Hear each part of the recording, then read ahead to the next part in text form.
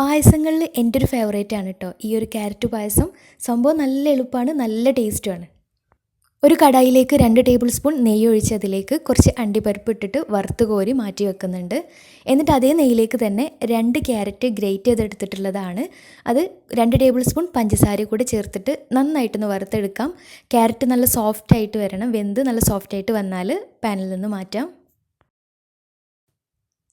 ഇനി ഇതിലേക്ക് 1 ലിറ്റർ പാലും 1 ഗ്ലാസ് വെള്ളം കൂടെ ഒഴിച്ചിട്ട് നന്നായിട്ടൊന്ന് തിളപ്പിച്ചെടുക്കാം. പാൽ ഏകദേശം തിളച്ച് വരുന്ന സമയത്ത് 1 കപ്പ് ചവ്വരി അരമണിക്കൂർ മുന്നേ വെള്ളത്തിലിട്ട് കുതിർത്ത് വേവിച്ചെടുത്തിട്ടുണ്ടായിരുന്നു. അത് ഇതിലേക്ക് ചേർത്തിട്ട് മിക്സാക്കി എടുക്കാം. അതുപോലെ തന്നെ ഒരു മീഡിയം സൈസിലുള്ള 2 ക്യാരറ്റ് കട്ട് ചെയ്തിട്ട് അതും വേവിച്ച് മാറ്റി വെച്ചിട്ടുണ്ടായിരുന്നു. അത് മിക്സിയുടെ ജാറിലിട്ടിട്ട് അരച്ചിട്ട് അതും കൂടെ ഇതിലേക്ക് മിക്സ് ചെയ്ത് കൊടുക്കാം. കൂടെ തന്നെ മധുരത്തിന് ആവശ്യമായിട്ടുള്ള 1 കപ്പ് പഞ്ചസാര കൂടി ചേർത്ത് നന്നായിട്ട് തിളച്ച് വന്നാൽ ഇതിലേക്ക് നേരത്തെ വേവിച്ച് വെച്ചിട്ടുണ്ടായിരുന്ന ക്യാരറ്റ് ചേർത്ത് കൊടുക്കാം. കൂടെ തന്നെ 2 ടേബിൾ സ്പൂൺ മിൽക്ക് മെയ്ഡ് കൂടെ ചേർത്ത് കൊടുക്കുന്നുണ്ട്. ഇനി കുറച്ച് സമയം നന്നായിട്ടൊന്ന് തിളക്കട്ടെ.